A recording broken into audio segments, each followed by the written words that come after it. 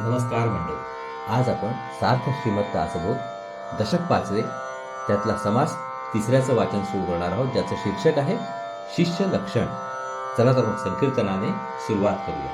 जय जय राम कृष्ण हरी, जय जय राम कृष्ण हरी, जय जय राम कृष्ण हरी, जय जय राम कृष्ण हरी, जय जय राम कृष्ण हरी, जय जय राम कृष्ण हरी, जय जय राम कृष्ण हरी, जय जय राम कृष्ण हरी, जय जय राम कृष्ण हरी, जय जय राम कृष्ण हरी, जय जय राम कृष्ण हरी, जय जय राम कृष्ण हरी, जय जय राम कृष्ण हरी, जय जय राम कृष्ण हरी, जय जय राम कृष्ण हरी.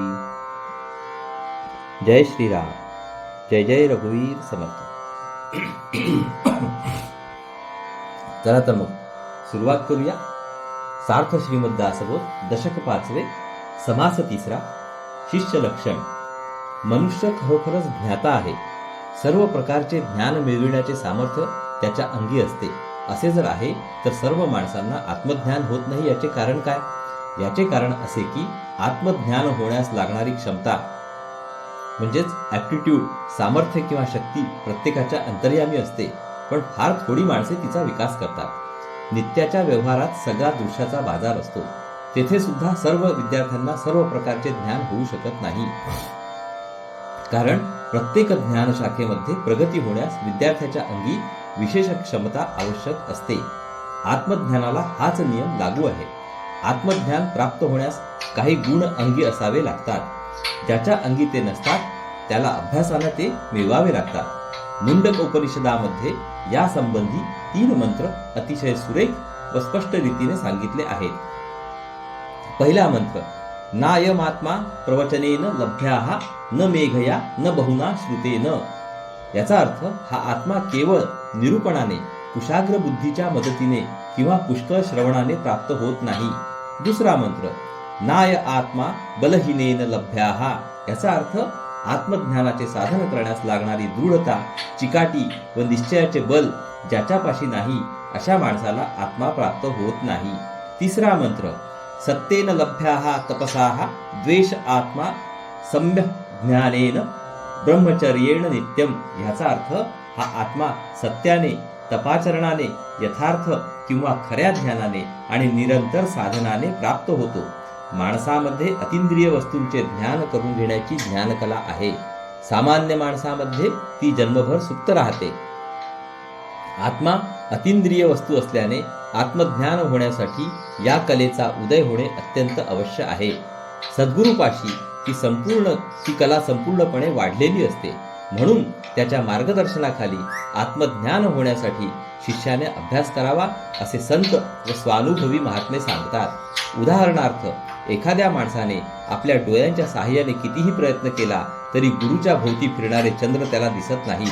परंतु एखाद्या खगोल ज्योतिषाने अतिशक्तिमान दुर्बिणीतून आकाशातील तारे पाहण्यास त्याला शिकविले तर गुरुचे चंद्र दिसतीलच, पण आणखी कितीतरी विलक्षण गोष्टी आकाशात त्याला स्वच्छपणे दिसतात. अगदी त्याचप्रमाणे सद्गुरूच्या मार्गदर्शनाखाली जर एखाद्याने आपल्या देहाला, इंद्रियांना, मनाला व बुद्धीला विशिष्ट प्रकारची शिस्त लावली तर त्याचा जीव अत्यंत सूक्ष्म आणि व्यापक बनतो. त्यामुळे त्याची सुप्त ज्ञानकला म्हणजे प्रतिभा जागी होते आणि तो अतिंद्रिय सृष्टीमध्ये अनिर्बंध संचार करू शकतो. अखेर परमात्मा वस्तू साक्षात त्याच्या पुढे येते. यालाच आत्मसाक्षात्कार म्हणतात. शिष्य लक्षणे मिळून ही शिस्त प्रत्यक्षात दिसते. सर्व लक्षणांपैकी 1 दृश्याची संपूर्ण अनासक्ती, 2 मनाचा खरा मोठेपणा किंवा उदारपणा, 3 सर्व भावे स्वभावे अत्यंत लीनता, 4 सद्गुरूवर निर्व्याज व निश्चल निष्ठा, 5 आणि समाधानाची सतत संगती. ही 5 पंचप्राणांप्रमाणे समजावी. चला तर मग आता ओवी वाचनाला सुरुवात करूया. श्रीराम. जय जय रघुवीर समर्थ. मागा सद्गुरूचे लक्षण विशद केले निरूपण, आता सच्छिष्याची ओळखण सावध ऐका. समासाच्या आरंभी श्री समर्थांनी परमार्थ जीवनामधील एक अतिमहत्वाचा मुद्दा मांडला आहे. सद्गुरू आणि सत्शिष्य दोघे एकाच संबंधाची 2 टोके आहेत. सत म्हणजे चांगले, खरे, योग्य किंवा सुंदर. ज्याप्रमाणे गुरु सतगुरू पाहिजे त्याचप्रमाणे शिष्य सुद्धा सत्शिष्य पाहिजे. अशी जोडी खरोखरच भाग्याने जमते. ती जमली की मग परमार्थाला पूर येतो. श्री एकनाथांना जनार्दन स्वामींना पाहिल्यावर आपण धन्य झालो असे वाटले, तर श्री समर्थांना कल्याण स्वामींना म्हणजेच अंबाजीला पाहिल्यावर आपल्या परमार्थाचे सार्थक झाले असे वाटले. बहुधा सद्गुरूपेक्षा सत्शिष्य मिळणेच दुर्घट होऊन बसते. ही अध्यात्म जीवनातील शोकांतिका आहे. मागील समासात सद्गुरूचे लक्षण स्पष्टपणे वर्णन केले. आता सत्शिष्याची ओळख सांगतो, ती लक्ष देऊन ऐकावी. सद्गुरु विण सत्शिष्य तो वाया जाय निशेष, का सत्शिष्ये विण विशेष सद्गुरु सिणे. सत्शिष्याला सद्गुरू भेटला नाही तर तो संपूर्ण वाया जातो. सद्गुरूला सत्शिष्य भेटला नाही तर सद्गुरूला मोठे श्रम होतात. शिष्याला सतशिष्य बनविण्याचे फार कष्ट सद्गुरूला करावे लागतात. उत्तम भूमी शोधिली शुद्ध, तेथे बीज पेरिले किडखाद, का ते उत्तम बीज परी संबंध खडकेसी पडिला.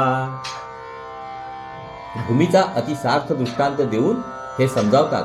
समजा उत्तम जमीन आहे, तिच्यातील खडे गोटे तण काढून ती छान साफ केली, पण तिच्यात किडके बी पेरले, किंवा बी अगदी उत्तम आहे पण ते खडकाळ जमिनीत पेरले.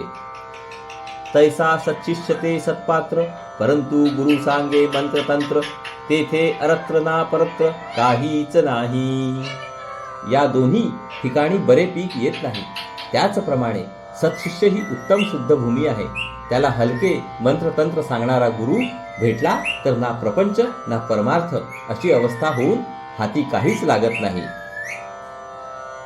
अथवा गुरु पूर्ण कृपा करी, परिशिष्य अनाधिकारी, भाग्य पुरुषाचा भिकारी पुत्र जैसा. किंवा सद्गुरु हा उत्तम बी सारखा आहे. सद्गुरु पूर्ण कृपा करणारा आहे, खरा ब्रह्मज्ञानी आहे व अत्यंत कृपाळू आहे. परंतु त्याला शिष्य जर अनधिकारी, अपात्र, परमार्थाला नालायक असा भेटला तर सद्गुरूला फुकट श्रम होतात. एखाद्या भाग्यवान बापाचा दरिद्री मुलगा असावा तशी अवस्था होते. आज शुक महाराज फार बोलतात आहेत. त्यांचाही आवाज तुम्हाला व्हिडिओमध्ये येईलच. तैसे एका विण एक होत असे निरर्थक, परलोकीचे सार्थक ते दुढावे. या कारणाने सद्गुरू आणि सत्शिष्य यापैकी एक असून दुसरे नसेल तर सगळे फुकट जाते. परमार्थ साधल्याने होणारे सार्थक दूर राहते. म्हणून सद्गुरू आणि सत्शिष्य तेथे न लगती सायास, त्या उभयतांचा हव्यास पुरे एक सरा. म्हणून सद्गुरू आणि सत्शिष्य यांची जोडी जेथे जमते तेथे सद्गुरूला सायास न पडता शिष्य तयार होतो. दोघांची हौस एकदमच पुरली जाते. आपले ज्ञान घेणारा भेटला म्हणून सद्गुरूंना समाधान, तर आपल्याला ज्ञान देणारा भेटला म्हणून सत्शिष्याला समाधान लाभते. सुभूमी आणि उत्तम कण, उगवे ना प्रजन्ये विण, तैसे अध्यात्म निरूपण नसता होय. शेताचा दृष्टांत आणखी वाढवून परमार्थ जीवनाची अंगे स्पष्ट करतात. जमीन उत्तम आहे, बी देखील उत्तम आहे, पण पाऊस पडला नाही तर ते उगवत नाही. त्याचप्रमाणे सद्गुरू आहे, त्याला कोणी सत्शिष्य भेटला आहे, पण दोघांमध्ये आत्मज्ञानाबद्दल सुखसंवाद नसेल तर शिष्याला स्वानुभव येणार नाही. शेत पेरिले आणि उगवले, परंतु निगे वीण गेले, साधने वीण तैसे झाले साधकांसी. शेतामध्ये बी पेरले, ते चांगले उगवले, पण त्याची निगा राखली नाही, त्याच्यावर देखरेख ठेवली नाही तर ते फुकट जाते. त्याचप्रमाणे सद्गुरूने सत्शिष्याला उत्तम बोध केला, शिष्याच्या अंतःकरणात तो ठसला व शिष्याची थोडी प्रगती झाली, पण साधक जर मनापासून साधनाला चिकटून राहिला नाही तर झालेली प्रगती खुंटते. जवरी पीक आपणास भोगे, तवरी अवघेची करणे लागे, पीक आलियाही उगे राहोची नये. जोपर्यंत शेतातील पीक आपल्या घरी येऊन पडत नाही तोपर्यंत सगळ्या गोष्टी कराव्या लागतात. इतकेच नव्हे तर पीक घरी येऊन पोहोचल्यावर सुद्धा स्वस्थ राहू नये. तैसे आत्मज्ञान झाले, परी साधन पाहिजे केले, एक वेळ उदंड जेविले, तरी सामुग्री पाहिजे. कारण एक वेळा अगदी पोटभर जेवण झाले तरी पुन्हा भूक लागली की जेवणाकरिता जवळ सामुग्री ठेवावीच लागते. त्याचप्रमाणे सद्गुरूने सांगितलेले साधन करून आत्मज्ञान प्राप्त झाले तरी साधकाने स्वस्थ राहू नये. अविद्येचा अंमल चालून ज्ञान मंद होण्याचा संभव असतो. म्हणून साधकाने ज्ञानप्राप्तीनंतर देखील आपले साधन तसेच चालू ठेवावे. परमार्थ साधना एक समग्र जीवन पद्धती आहे.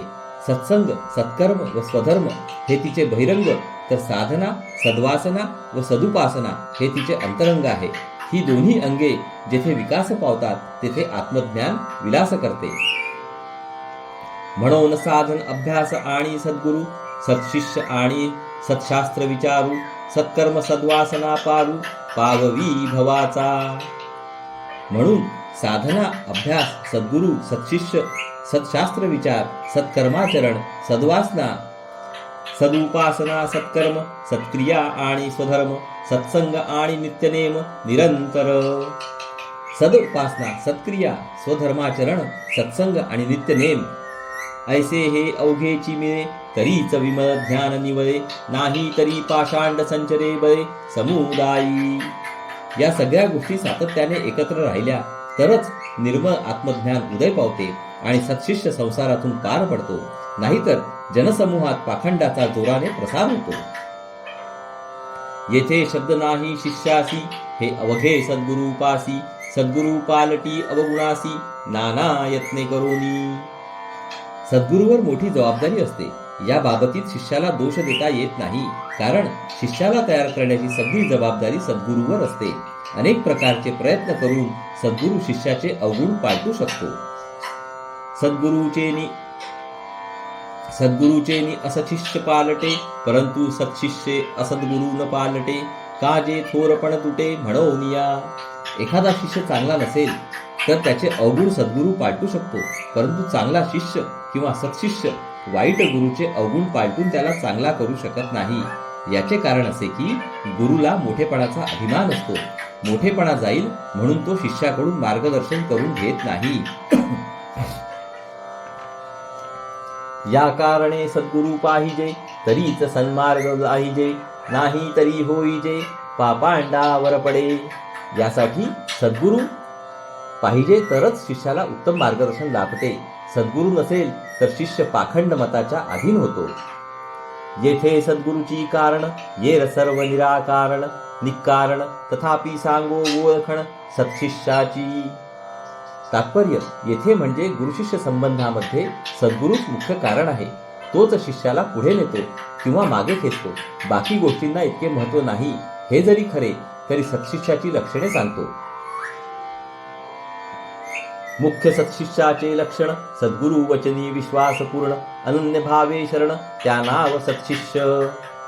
येथून पुढे 14-15 ओव्यांमध्ये श्री समर्थांनी खऱ्या व लायक शिष्याची खूप लक्षणे सांगितली आहेत. त्यापैकी 2 मुख्य, एक सद्गुरूच्या वचनावर संपूर्ण विश्वास आणि दुसरे सद्गुरूला मनापासून शरण जाणे. लहान मूल जसे आई सांगेल ते सर्वस्वी खरे मानते व तिच्यावर सर्वस्वी अवलंबून राहते, तसेच सत्शिष्याने सद्गुरूच्या बाबतीत केले पाहिजे. मोठेपणी अशी बालवृत्ती साधणे यासारखी परमार्थात भाग्याची दुसरी गोष्ट नाही. कल्याण स्वामी आणि श्रीरामकृष्ण परमहंस या दोघांची अगदी लहान मुलाप्रमाणे मनोवृत्ती होती. दोघांनी परमार्थ हाताबोटावर खेळवला. अभ्यासाने व साधनाने ही दोन्ही लक्षणे अंगी आणणे खात्रीने शक्य आहे. दृढ निश्चयाने व चिकाटीने सद्गुरूच्या मार्गदर्शनाप्रमाणे चालले मात्र पाहिजे. सद्गुरूच्या वचनावर संपूर्ण विश्वास हे सत्शिष्याचे मुख्य लक्षण आहे. सद्गुरूला जो अगदी अनन्यपणाने शरण असतो तोच खरा उत्तम शिष्य होय.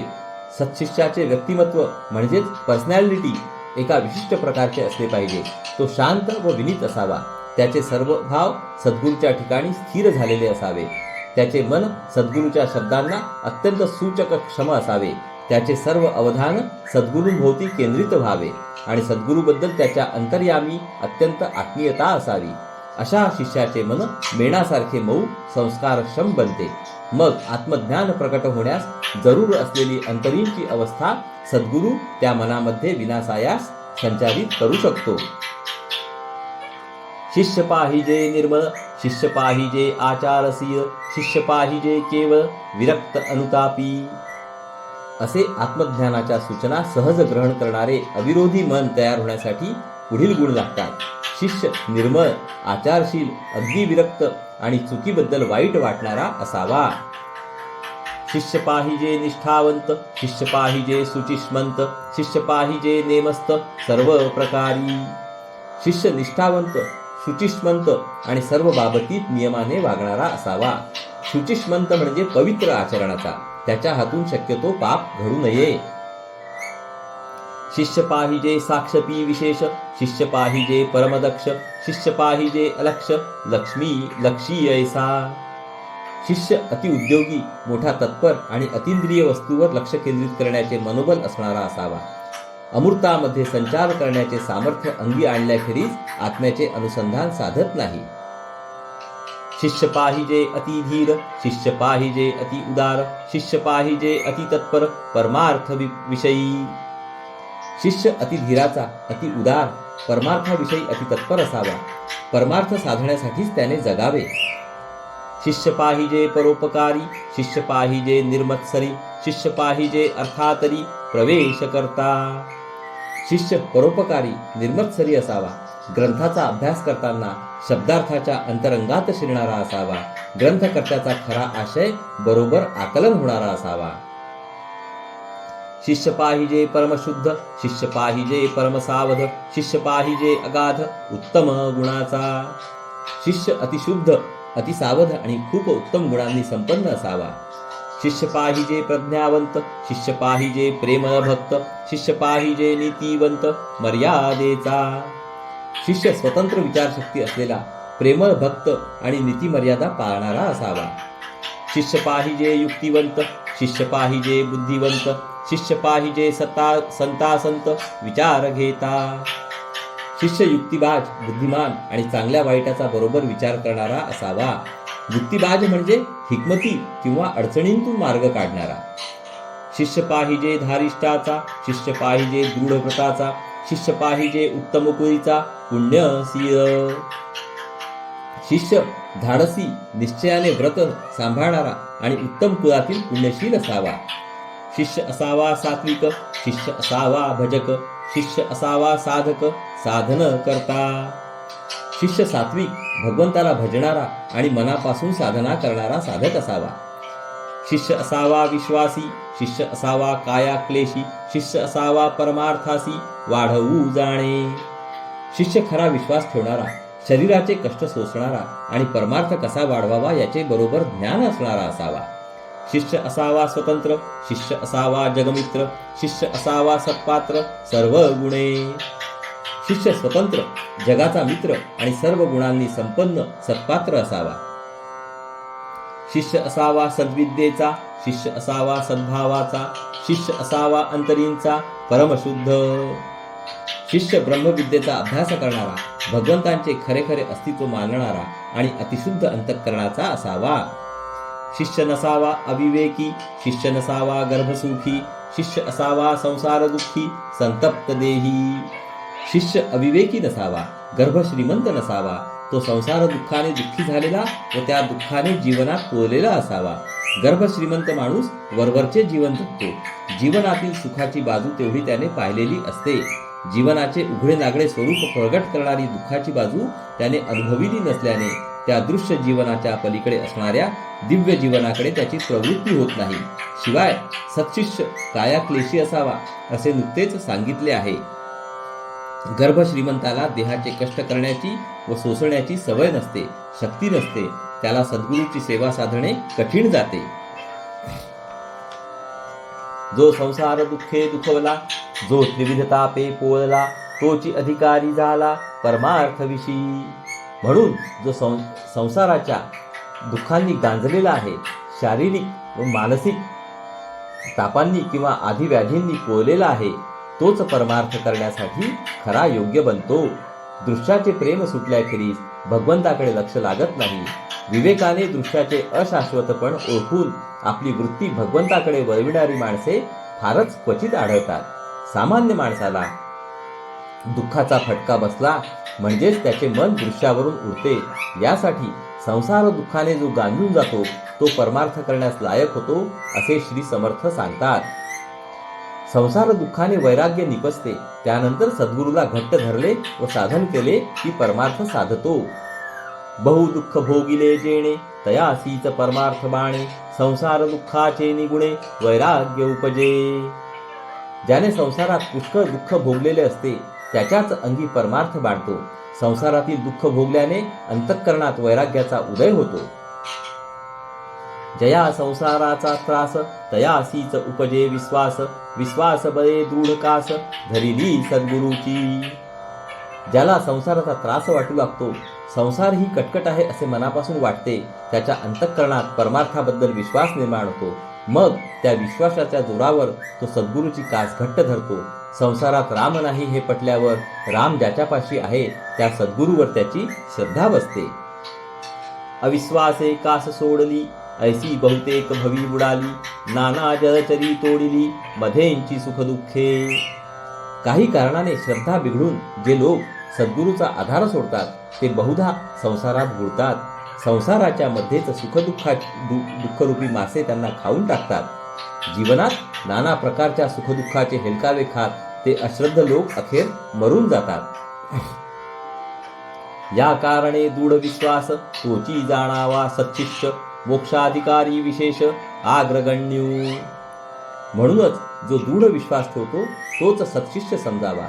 मोक्षाला लायक असणाऱ्या साधकांमध्ये त्याचा पहिला क्रमांक असतो. श्रद्धा ठेवणे ही एक मनाची मोठी शक्ती आहे. दृढ, घट्ट, पक्की व निश्चल श्रद्धा ठेवणे ही मानवी मनाची सर्वात मोठी शक्ती आहे. जगात अतिबुद्धिमान माणसे भेटणे विशेष कठीण नाही, पण निश्चल श्रद्धेची माणसे भेटणे फार कठीण आहे. अशी श्रद्धा उपजली की आत्मज्ञानाची उषा उजळली असे निश्चितपणे ओळखावे. आज हे मिठ्ठू महोदय काही चूप बसत नाही आहेत.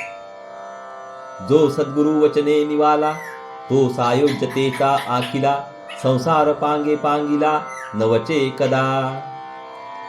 अशा दृढ श्रद्धेच्या सत्शिष्याचे मन सद्गुरूच्या बोधाने शांत होते.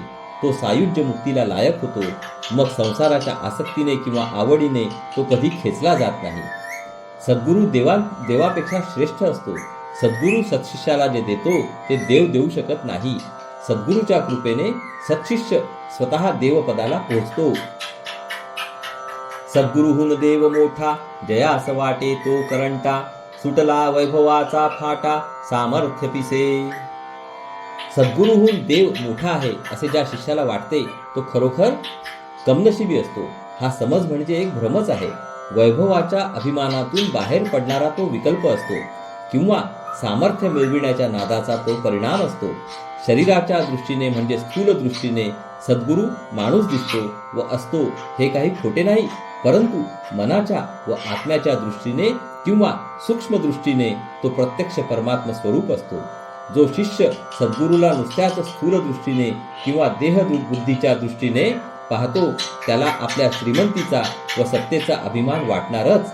मग तो सद्गुरूला गरीब समजून देवाला मोठा मानतो. सद्गुरू भेटून त्याला पाहताना देहबुद्धीचा भ्रमात्मक दृष्टिकोन न सुटणे हेच करंटेपण होय. सद्गुरु स्वरूप ते संत आणि देवास मांडेल कल्पांत तेथे कैचे उरेल सामर्थ्य हरिहरांचे. सद्गुरूंचे खरे स्वरूप कायम टिकणारे आहे, अविनाशी आहे. देवाचे स्वरूप अशाश्वत आहे, कारण कल्पांताच्या वेळी देव नाश पावतात. त्या समयी हरिहरांचे सामर्थ्य सुद्धा उरत नाही. म्हणून सद्गुरु सामर्थ्य अधिक जेथे आटती ब्रह्मादिक अल्पबुद्धी मानवी रंक तयासी हे करेना. ब्रह्मादी देव नाहीसे झाले तरी सद्गुरू जसेच्या तसेच टिकतात. म्हणून सर्व देवाहून सद्गुरूचे सामर्थ्य अधिक असते. क्षुद्र बुद्धीच्या मानवाला ही गोष्ट कळत नाही. गुरुदेवास बराबरी करीतो शिष्य दुराचरी भ्रांती बैसली अभ्यांतरी सिद्धांत नेणवे. गुरु आणि देव यांची जो बरोबरी करतो तो शिष्य दुराचारी समजावा. त्याच्या मनात खोट्या व भ्रमात्मक कल्पना घट्ट बसलेल्या असतात. त्यामुळे खरे तत्व काय आहे हे त्याला कळत नाही. देव मनुषी भाविला मंत्री देवपणासी आला सद्गुरु नवचे कल्पिला ईश्वराचेनी. वास्तविक माणूस आपल्या कल्पनेने देव तयार करतो, मंत्राने त्याला देवपण येतो, परंतु ईश्वराला सुद्धा सद्गुरूची कल्पना करता येत नाही.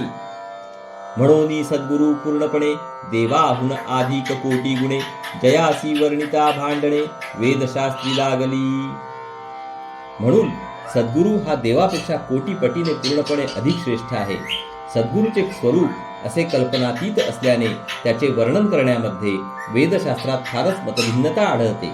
आपसात त्याची भांडणापर्यंत पाळी येते.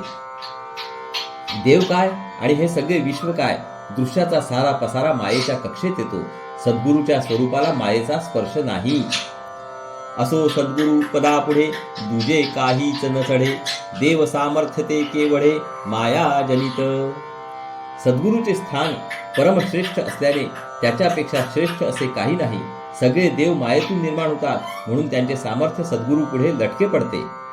अहो सद्गुरु कृपा जयासी, सामर्थ्य न चले तयापासी, ज्ञान बळे वैभवासी, तृण तुच्छ केले. असो ज्याच्यावर सद्गुरूची कृपा असते त्याच्यावर इतर कोणाची सत्ता चालत नाही. त्या कृपेने शिष्याला ब्रह्मज्ञान होते. आपल्या ब्रह्मज्ञानाच्या सामर्थ्याने तो साऱ्या वैभवाला पदार्थ मानतो.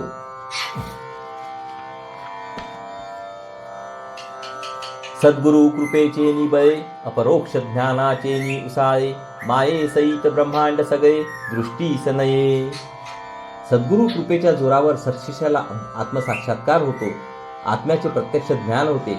ते ज्ञान त्याच्या अंतःकरणात जिवंतपणे उसळत राहिल्याने मायेसकट सारे प्रचंड विश्व खरेपणाने त्याला दिसत नाही. आत्मज्ञानाने तो इतका भरून जातो की आत आणि बाहेर जिकडे तिकडे आत्मस्वरूपा वाचून इतर काही त्याला दिसतच नाही. ऐसे सत्शिष्याचे वैभव, सद्गुरु वचनी दृढ भाव, तेणे गुणे देवराव स्वयंची होती. उत्तम शिष्याचे ऐश्वर्य आणि ज्ञान वैभव अशा प्रकारचे असते. सद्गुरूच्या शब्दांवर त्याचा अढळ विश्वास असतो. त्यामुळे तो सत्शिष्य स्वतःच ईश्वर स्वरूप बनून जातो. तात्पर्य, मी ब्रह्म आहे या दिव्य अवस्थेला सत्शिष्य पोहोचतो. अंतरी अनुतापे तापले, तेणे अंतर शुद्ध झाले, पुढे सद्गुरु वचने निवाले, सत्शिष्य ऐसे. शिष्य समुदायामध्ये सतशिष्य कसे वेगळे पडतात याचे वर्णन ऐकावे. ज्याचे अंतःकरण पश्चात्तापाच्या आगीने पोळते ते निर्मल होते, शुद्ध बनते. पण ते तापलेले अंतःकरण सद्गुरूच्या बोधवचनांनी शांत होते. सत्शिष्याची अवस्था ही अशी असते. लागता सद्गुरु वचनपंथे, जाले ब्रह्मांड पालथे, तरी जयाच्या शुद्ध भावार्थे पालट न धरिजे. सद्गुरूने सांगितलेल्या मार्गाने साधना करीत असता सारे ब्रह्मांड पालथे पडण्याचा प्रसंग आला तरी सद्गुरूच्या वचनावर असलेला सत्शिष्याचा शुद्ध अढळ विश्वास यत्किंचितही मागे पुढे होत नाही. शरण सद्गुरूस गेले, सत्शिष्य ऐसे निवडले, क्रिया पालटे झाले पावन ईश्वरी. अशा रीतीने जे खरे खरे सद्गुरूला शरण जातात तेच सत्शिष्य म्हणून निवडले जातात. त्यांच्यामध्ये आतबाहेर बदल होतो व ते ईश्वर स्वरूप बनून पवित्र होऊन जातात. सद्गुरूने सांगितलेले साधन मनापासून करता करता सत्शिष्य मानवतेकडून देवत्वाकडे झपाट्याने वाटचाल करतो. अर्थात त्यामुळे त्याच्यामध्ये आमूलाग्र बदल होत जातो. तो सर्व दृष्टीने मोठा निर्मल व पवित्र बनून जातो. माफ करा.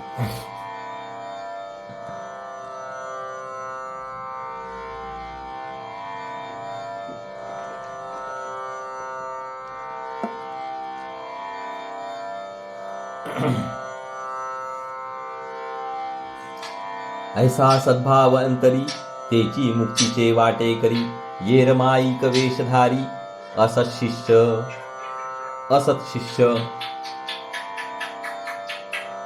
सत्शिष्याच्या चित्तामध्ये अशी अढळ श्रद्धा असते. त्यामुळे तो मोक्षाचा हक्कदार होतो. बाकीचे शिष्य नुसते शिष्याचा वेश पांघरणारे लबाड वाईट शिष्य समजावे. यापुढील 16-17 ओव्यांमध्ये श्री समर्थांनी नामधारी शिष्यांचे वर्णन केले आहे. त्यांच्या मनामधून प्रपंचाचे प्रेम कमी झालेले नसते. किंबहुना प्रापंचिक वासना फलित व्हाव्या यासाठीच ते शिष्य बनतात. असे हे पडत मूर्ख विनोदासाठीच परमार्थ करतात. वाटे विषयांचे सुख, परमार्थ संपादने लौकिक, देखो वेखी पडत मूर्ख शरण गेले. जे पढत मूर्ख असतात त्यांना मनातून इंद्रिय भोगांमध्ये सुख वाटत असते. केवळ लौकिकासाठी ते परमार्थ करतात. आपण परमार्थी आहोत याचे प्रदर्शन करण्यासाठी ते सद्गुरूला शरण जातात. जाली विषयी वृत्ती अनावर, दृढ धरिला संसार, परमार्थ चर्चेचा विचार मलिन झाला. वासना तृप्त करण्यासाठी इंद्रिय भोगांमध्ये ते यथेच्छ रमतात. त्यांना प्रपंचाचे घट्ट प्रेम असते. त्यामुळे परमार्थामधील सूक्ष्म विचार त्यांना आकलन होत नाही. सारखी बहिर्मुख वृत्ती राहिल्याने त्यांना भगवंताबद्दलचे विचार करता येत नाहीत. मोड घेतला परमार्थाचा, हव्यास धरिला प्रपंचाचा, भार वाहिला कुटुंबाचा, काबाडी झाला. पढतमूर्ख माणूस परमार्थाकडे वळतो खरा, परंतु त्याचे मन प्रपंचात अडकलेले असते. प्रापंचिक वासनांनी भरून गेलेले असते. त्यामुळे कुटुंबाचे ओझे वाहता वाहता हमालाप्रमाणे त्याची अवस्था होते. मानिला प्रपंची आनंद, केला परमार्थी विनोद, भ्रांत मूढ मतिमंद, लोधला कामी. त्याचे खरे सुख प्रपंचात गुंतलेले असते. केवळ करमणुकीसाठी तो परमार्थ करतो. भ्रमांत राहणारा मूर्ख व मंदबुद्धीचा तो माणूस वासनेमध्ये अडकलेला असतो. सुकर पूजिले विलेपने, भैसा मर्दिला चंदने, तैसा विषयी ब्रह्मज्ञाने, विवेके बोधिला. एखाद्या डुकराला सुगंधी लेप लाविला किंवा एखाद्या रेड्याला चंदनाचा लेप चोळला तर त्यांना त्याची किंमत कळत नाही. त्याचप्रमाणे वासनेत गुरफटलेल्या माणसाला ब्रह्मज्ञान सांगितले आणि आत्मानात्म विवेक शिकविला तर त्याची किंमत कळत नाही. रासभ उकरडा लोळे, तयासी परिमळ सोहळे, उलूक अंधारी पळे, तया केवी हंस पंगती. उकिरड्यामध्ये म्हणजे अत्यंत दुर्गंधीमध्ये लोळणाऱ्या गाढवाला सुगंधाचा आनंद आकलन होत नाही किंवा अंधारामध्ये जीवन जगणाऱ्या घुबडाला सूर्यप्रकाशात विहार करणाऱ्या हंसाच्या मुक्त जीवनाची कल्पना येऊ शकत नाही. तैशा विषयदारींचा बराडी, घाली अधपतनी उडी, तयास भगवंत आवडी, सत्संग कैचा. त्याचप्रमाणे इंद्रियांच्या द्वारांशी बसलेल्या दृश्य भोगांच्या भिकाऱ्याला भगवंताची आवड असत नाही. सत्संगाची किंमत कळत नाही. तो सतत इंद्रिय भोगाच्या घाणीत उडी घेतो, खाली घसरतो.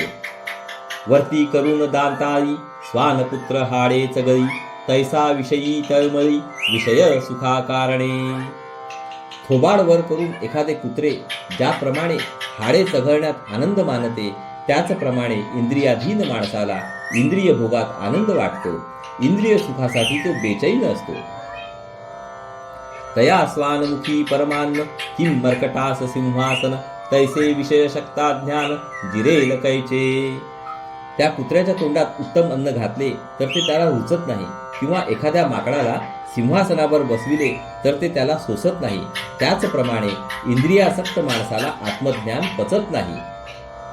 रासभे राखता जन्म गेला, तो पंडितांमध्ये प्रतिष्ठिला, नवचे तैसा आशक्ताला, परमार्थ नाही. गाढवे राखता राखता त्याच्या संगतीत ज्या कुंभाराचा जन्म जातो त्याला विद्वानांच्या सभेत बसविले तर ते त्याला मानवत नाही. त्याचप्रमाणे इंद्रिय भोगांमध्ये गुंतलेल्या माणसाला परमार्थ साधत नाही. मिळाला राजहंसांचा मेळा, तेथे आला डोंबकावळा, लक्षुण विष्ठेचा गोळा, हंस म्हणवी. राजहंसाच्या समुदायामध्ये एक डोंबकावळा शिरला. त्याचे लक्ष सगळे विष्ठेच्या गोळ्यावर आणि तो स्वतःला हंस म्हणवू लागला.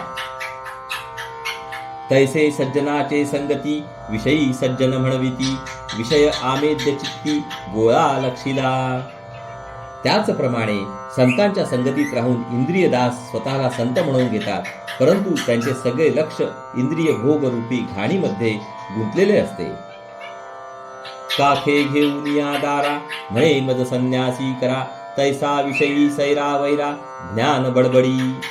बायकोला बगलेत घेऊन मला संन्यास द्या असे जर कोणी म्हणाला तर ते जसे अर्थहीन असते तसे इंद्रियासक्त माणूस अव्हाच्या सवा ज्ञान बडबडतो. असो ऐसे पढत मूर्ख, ते काय जाणती अद्वैत सुख, नारकी प्राणी नरक, भोगिती स्वइच्छा. असो अशा पढत मूर्खांना भगवंताशी एकरूप होण्याचे सुख कळणे शक्य नसते. घाणीतील किड्यांना घाणीमध्येच मोठा आनंद वाटतो. ते अगदी स्वेच्छेने घाणीत रमतात. वैशेची करील सेवा, तो कैसा मंत्री म्हणावा, तैसा विषयदास मानावा, भक्तराज केवी. वेश्येची सेवा करणारा माणूस राज्य शकट हाकणारा राजाचा प्रधान होऊ शकत नाही. त्याचप्रमाणे जो इंद्रियांचा गुलाम आहे तो उत्तम भगवत भक्त कसा होऊ शकेल? तैसे विषयी बापुडे त्यास ज्ञान कोणीकडे, वाचाळ शाब्दिक बळबडे चरपडे झाले. त्याचप्रमाणे जे लोक इंद्रिय सुखांपुढे लाचार होतात त्यांना आत्मज्ञान होणे कसे शक्य आहे? ते नुसता वाचाळपणा करतात, नुसते शाब्दिक ज्ञान बडबडून जगात मिरवतात. ऐसे शिष्य परमनष्ट कनिष्ठांमध्ये कनिष्ठ, हीन अविवेकी आणि दृष्ट खोटे दुर्जन. असे जे शिष्य असतात ते अतिशय वाया गेलेले, हलक्यातील हलके, हीन, अविवेकी, दृष्ट, दुर्जन, खळ आणि खोटे असतात. येथे प्रश्न असा येतो की या असत शिष्यांची वाट काय? त्यांना सत्शिष्य बनण्यासाठी काही उपाय आहे किंवा नाही? अशा शिष्यांना करण्याचा उपाय आहे. पश्चाताप होऊन जर ते सद्गुरूला पुन्हा शरण गेले तर सद्गुरूच्या कृपाबळाने त्यांच्यामध्ये पालट होतो. ऐसे जे पापरूप दीर्घदोषी वज्रलेप, तयास प्राश्चित्त अनुताप उद्भवता आहे. असे जे पापमय शिष्य असतात, फार दिवस दोषरूप जीवन जगल्याने ज्यांचे दोष अतिशय घट्टपणे मनात बसलेले असतात, त्यांना जर खरा पश्चाताप झाला तर तेच प्रायश्चित्त होते. अनुतापाच्या आगीने त्यांचे दोषरूपी मल जळून जातात आणि अंतःकरण निर्मल होऊन जाते. तेही पुन्हा शरण जावे, सद्गुरु संतोष व्हावे, कृपा दृष्टी जालिया भावे पुन्हा शुद्ध. त्यांनी सद्गुरूंना पुन्हा शरण जावे, त्यांना प्रसन्न करावे, त्यांची कृपा संपादन करावी आणि शुद्ध होऊन जावे. स्वामी द्रोह जया घडे, तो यावस चंद्र नरकी पडे, तयास उपावची न घडे, स्वामी तुष्टल्या वाचुनी. ज्याच्याकडून गुरुद्रोह घडतो म्हणजे जो गुरुचा द्वेष करतो आणि विश्वासघात करतो तो कायमचा नरकात पडतो. सद्गुरूंना प्रसन्न करण्याखेरीज द्रोहाचा परिणाम टाळण्यास दुसरा उपाय नाही. पूर्वी हातून घडलेल्या चुकांचा पश्चाताप झाला, सद्गुरूला पुन्हा शरण गेला आणि त्यांना प्रसन्न करून कृपा करून घेतली की सत्शिष्य होण्याचा मार्ग मोकळा झाला. येथपर्यंत बरेच शिष्य मजल मारतात, पण पुढे सद्गुरूंना चिकटून राहून त्यांनी सांगितलेले साधन करण्यासाठी लागणारी एकनिष्ठा थोड्याच शिष्यांच्या ठिकाणी आढळते. त्यामुळे पश्चाताप आणि शरणागती स्मशान वैराग्याप्रमाणे तात्पुरती ठरतात. शिष्य वाया जातो, त्याला परमार्थ साधत नाही. स्मशान वैराग्य आले म्हणून लोटांगण घातले, तेणे गुणे उपतिष्ठले नाही ज्ञान. एखाद्या शिष्याला खरा पश्चाताप होतो आणि तो सद्गुरू पुढे लोटांगण घालतो, पण त्याची ती मनाची स्थिती स्मशान वैराग्याप्रमाणे फार वेळ टिकत नाही. अर्थात अशा तात्पुरत्या शरणागतीने त्याला आत्मज्ञान होत नाही. भाव आणिला जायाचा, मंत्र घेतला गुरुचा, शिष्य झाला 2 दिवसांचा मंत्राकारणे. अगदी थोडा वेळ टिकणारी भावना आणून सद्गुरूकडून मंत्र घेतला, त्या मंत्रापुरते तात्पुरते शिष्यत्व पत्करलेले. ऐसे केले गुरु उदंड, शब्द सिकला पाषांड, झाला तोंडाळ तुरमंड महापाषांडी. अशा रीतीने पुष्कळ गुरु केले तरी परमार्थ साधणार नाही. अशा शिष्याला लोकात थाट करायला शब्दज्ञान पुष्कळ येते. तो अति बडबड्या, शिरजोर आणि दुष्टतर्कवादी बनतो. घडी एक रडे आणि पडे, घडी एक वैराग्य चढे, घडी एक अहंभाव जडे ज्ञातेपणाचा. परमार्थाचे सोंग करण्यापायी घटकेत तो देवाचे प्रेम आल्याचे दाखवून रडतो, घटकेत गडबडा लोळतो, घटकेत अंगी वैराग्य संचरलेले दाखवितो, तर घटकेत आपण मोठे ज्ञानी आहोत असा अहंकारीपणा व्यक्त करतो. घडी एक विश्वास धरी, सवेंच घडी एक गुरुगुरी, ऐसे नाना छंद करी पिसाट जैसा. घटकेत अत्यंत श्रद्धावान दिसतो तर लगेच दुसऱ्या घटकेला अविश्वासाने उलटून तंटा करायला तयार होतो. अशी वेळ लागलेल्या माणसासारखी अनेक सोंगे तो करतो. काम क्रोध मदमत्सर, लोभ मोह नाना विकार, अभिमान कापट्य तिरस्कार हृदयी नांदती. काम क्रोध मद मत्सर लोभ मोह अभिमान कपटवृत्ती तिरस्कार असे अनेक दुष्ट विकार त्याच्या हृदयात भरपूर प्रमाणात आढळतात. अहंकार आणि देहपांग, अनाचार आणि विषयसंग, संसार प्रपंच उद्वेग अंतरी वसे. अहंकार, देहसुखाची आवड, अनाचार, इंद्रिय भोगांची लालसा, संसाराचे प्रेम आणि प्रपंचाचा कंटाळा या सगळ्या गोष्टी त्याच्या अंतःकरणात वास करतात. दीर्घसूत्री कृतघ्न पापी, कुकर्मी कुतर्की विकल्पी, अभक्त अभाव शीघ्र कोपी, निष्ठुर परघातक. तो काम करण्यात दिरंगाई करतो. तो कृतघ्न, पापी, कुकर्मी म्हणजे भ्रष्ट कर्मे करणारा, भलतेच तर्क करणारा आणि प्रत्येक गोष्टीत संशय काढणारा असतो. तसाच तो अभक्त म्हणजे भक्तिहीन, भावहीन, शीघ्रकोपी, निष्ठुर, परघातकी, हृदये शून्य आणि आळसी, अविवेकी आणि अविश्वासी, अधीर अविचार संदेहासी, दृढ धरता. हृदय शून्य म्हणजे दुसऱ्याच्या सुखदुःखाची जाणीव नसणारा, आळशी, अविवेकी, अविश्वासी, अधीर, अविचारी आणि संशयाला घट्ट चिकटून राहणारा असतो.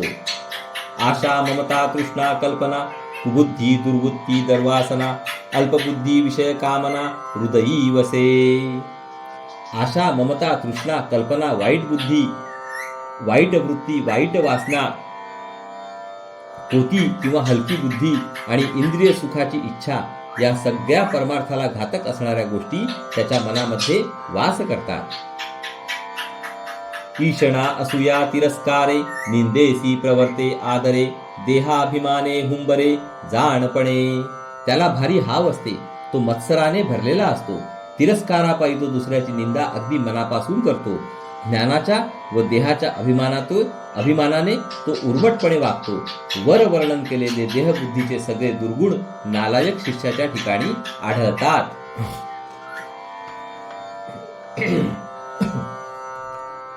क्षुधा तृष्णा आवरेना, निद्रा सहसा धरेना, कुटुंब चिंता वोसरेना, भ्रांती पडिली. परमार्थ साधण्यास अयोग्य असणाऱ्या प्रापंचिकाचे वर्णन यापुढे दिले आहे. हे सगळे सुटल्या वाचून परमार्थ हाती लागत नाही असे स्पष्टपणे दाखविण्याचा हेतू आहे. ज्याला आपली तहान व भूक आवरत नाही, झोप आलेली आवरत नाही, ज्याच्या मनातील मुलाबाळांची व बायकोची चिंता कमीच होत नाही आणि जो भ्रमाने व्यापलेला आहे, अशा माणसाला भगवंत भेटणे शक्य नाही. शाब्दिक बोले उदंड वाचा, लेश नाही वैराग्याचा, अनुतापधारिष्ठ साधनाचा मार्ग न धरी.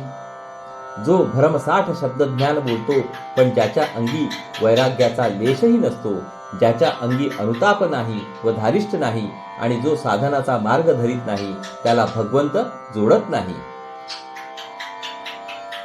भक्ती विरक्ती ना शांती, सद्वृत्ती लीनता ना दांती, कृपा दया ना तृप्ती, सुबुद्धी असेच ना. ज्याच्यापाशी भक्ती, विरक्ती, शांती, चांगली वृत्ती, लीनता, इंद्रिय दमन, कृपा, दया आणि तृप्ती यापैकी काहीच नाही, तसेच ज्याच्यापाशी भगवंताकडे वळणारी बुद्धी नाही, त्याला भगवंत भेटत नाही.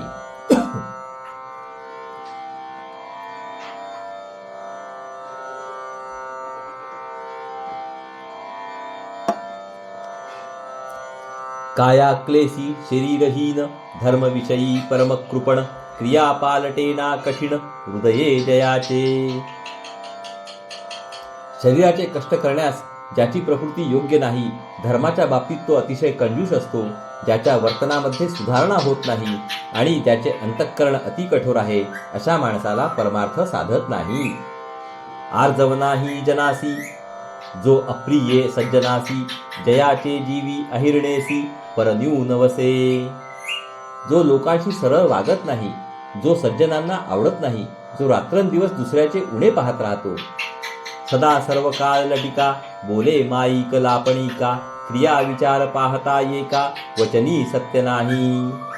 जो सदा सर्व काळ खोटेपणाने वागतो, थापा मारतो, त्याचे बोलणे मायावी व लपवालपवीचे असते, ज्याच्या आचारात व विचारात मेळ नाही आणि ज्याचे कोणतेच बोलणे खरे नाही, अशा माणसाला भगवंत भेटणे शक्य नाही.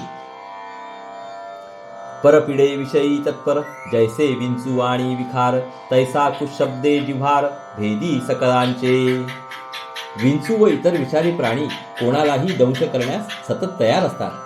त्याप्रमाणे वाईट शब्द बोलून जो सगळ्यांच्या अंतःकरणास जखमा करतो, दुसऱ्याला दुःख द्यायला जो केव्हाही मनापासून तयार असतो, आपले झाकी औण, कुणीदास बोले कठीण, मिथ्या गुणदोषे विण गुणदोष लावी. जो स्वतःचे अवगुण झाकून ठेवतो पण दुसऱ्यांना त्यांच्या दोषाबद्दल कठीण शब्द बोलतो, ज्याच्या अंगी जे गुणदोष नसतात ते जो खोटेपणाने त्याच्यावर लादतो, स्वये पापात्मा अंतरी पुढिलांची कणवन करी, जैसा हिंसक दुराचारी परदुःख शिणेना. ज्याप्रमाणे एखादा दुराचारी क्रूर माणूस दुसऱ्याच्या दुःखाने विरघळत नाही, त्याप्रमाणे जो स्वतः अंतःकरणात पापमय असतो परंतु दुसऱ्याच्या हातून काही पाप घडले तर त्याला त्याची कीव येत नाही, अशा माणसाला भगवंत भेटत नाही. दुःख परावयाचे नेणती दुर्जन गांजिलेची गांजती, श्रम पावता आनंदती आपुले मनी. दुष्ट माणसाला दुसऱ्याचे दुःख कळत नाही, दुःखी असलेल्या माणसाला तो अधिक दुःख देतो. इतकेच नव्हे तर दुसऱ्याचे कष्ट पाहून दुर्जनाच्या मनाला उलट आनंद वाटतो, अशाला भगवंत मिळत नाही. स्वदुःखे झुरे अंतरी आणि परदुःखे हास्य करी, तयास प्राप्त येमपुरी राजदूत ताडिती. दुर्जन माणूस स्वतःच्या दुःखाने मनात कष्टी असतोच, पण दुसऱ्याचे दुःख पाहून तो हसतो, त्याला बरे वाटते. अशा माणसाला अखेर यमपुरीस जावे लागते व तेथे यमराजाचे दूत त्याला मार देतात. असो ऐसे मदांध बापुडे, तयासी भगवंत कैचा जोडे, जयास सुबुद्धी नावडे पूर्वपातके करुनी. असो असे जे लोक बिचारे मदोन्मत्त असतात त्यांना भगवंताची भेट होत नाही. पूर्वी केलेल्या पापांमुळे त्यांची बुद्धी भगवंताकडे वळत नाही. तयास देहाचा अंती गात्रे क्षीणता पावती, जीवलगे ओसंडिती जाणवेल तेव्हा. देहाचा अंतकाळ आला म्हणजे त्यांची गात्रे अगदी क्षीण होतात आणि अगदी जवळचे नातेवाईक दूर होतात. त्यावेळी त्यांना आपल्या वाईट कर्माची जाणीव होते. जे सत्शिष्य असतात ते वरील अवगुण कटाक्षाने टाळतात. संसारामध्ये सुख नाही असा अनुभव येऊन सुद्धा पढत मूर्ख प्रपंचाच्या नादी लागतात, भगवंताला सर्वस्वी विसरतात. असो ऐसे गुणा वेगळे ते सत्शिष्य आगळे, दृढ भावार्थे सोहळे भोगिती स्वानंदाचे. असो वर सांगितलेले अवगुण ज्यांच्यामध्ये नाही असे सत्शिष्य निराळेच असतात. त्यांची श्रद्धा घट्ट असते, त्यांचा भाव शुद्ध असतो, त्यामुळे त्यांना आत्मज्ञान होते आणि मग आत्मानंदाची मजा ते भोगतात. जये स्थळी विकल्प जागे कुळाभिमान पाठी लागे, ते प्राणी प्रपंच संगे हिमफुटी होती. ज्यांच्या मनात संशय वृत्ती जागी असते, कुळाचा अभिमान ज्यांच्या मागे जडलेला असतो, अशी माणसे प्रपंचाच्या नादाने दुःखी कष्टी व निराश होतात. जेणे करिता दुःख झाले तेची मनी दृढ धरिले, तेणे गुणे प्राप्त झाले पुन्हा दुःख. ज्या प्रपंचाच्या संगतीने दुःख झाले त्या प्रपंचालाच मनाने पुन्हा घट्ट धरून ठेविले तर तो पुन्हा दुःखच देणार हे निश्चित होय. संसार संगे सुख झाले ऐसे देखिले ना ऐकिले, ऐसे जाणून अनहित केले ते दुःखी होती स्वये. संसारात आपलेपणा ठेवल्याने सुख मिळाले असे आजपर्यंत कधी पाहिले नाही व ऐकलेही नाही. हे माहीत असून जे प्रपंचात गुंततात ते स्वतःचे नुकसान करून घेतात, स्वतःच आपले दुःख निर्माण करतात. संसारी सुख मानिती ते प्राणी मूढमती, जाणून डोळे झाकिती पढत मूर्ख. संसारामध्ये सुख मानणारी माणसे मंदबुद्धीची किंवा मूर्ख असतात. पढत मूर्ख जाणून बुजून संसारातील दुःखाकडे डोळे झाक करतात. प्रपंच सुखे करावा परी काही परमार्थ वाढवावा, परमार्थ अवघाची बुडवावा हे विहित नव्हे. प्रपंच करायला काहीच हरकत नाही, तो खुशाल करावा, परंतु त्याबरोबरच थोडा परमार्थ देखील वाढवावा. परमार्थ अगदीच बुडवावा हे काही योग्य नाही. मागा झाले निरूपण गुरु शिष्यांची ओळखण, आता उपदेशाचे लक्षण सांगिजेल. मागील 2 समासामध्ये गुरु शिष्यांच्या लक्षणाचे विवेचन व वर्णन केले. आता पुढील समासात उपदेशाचे लक्षण सांगतो. इति श्री दासबोधे गुरु शिष्य संवादे शिष्य लक्षण नाम समास 3. याप्रमाणे श्रोत्यांनो आपली आज सार्थ श्रीमद दासबोध दशक 5व्यातला समास 3 वाचून संपूर्ण झालेला आहे. हरि ओम तत्सत, हरि ओम तत्सत, हरि ओम तत्सत.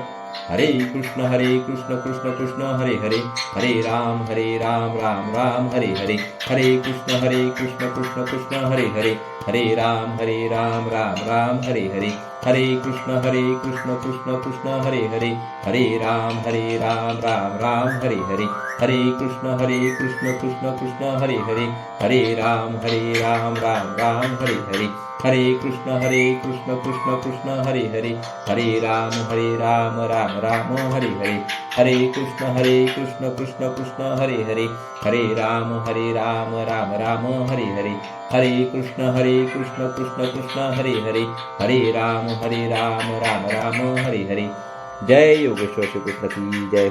जय श्रीराम जय श्रीराम जय श्रीराम. जय जय रघुवीर समर्थ. चला तर मंडळी, पुढील भागात परत भेटू. नमस्कार. हरिओम हरिओम हरिओम हरिओम हरिओम.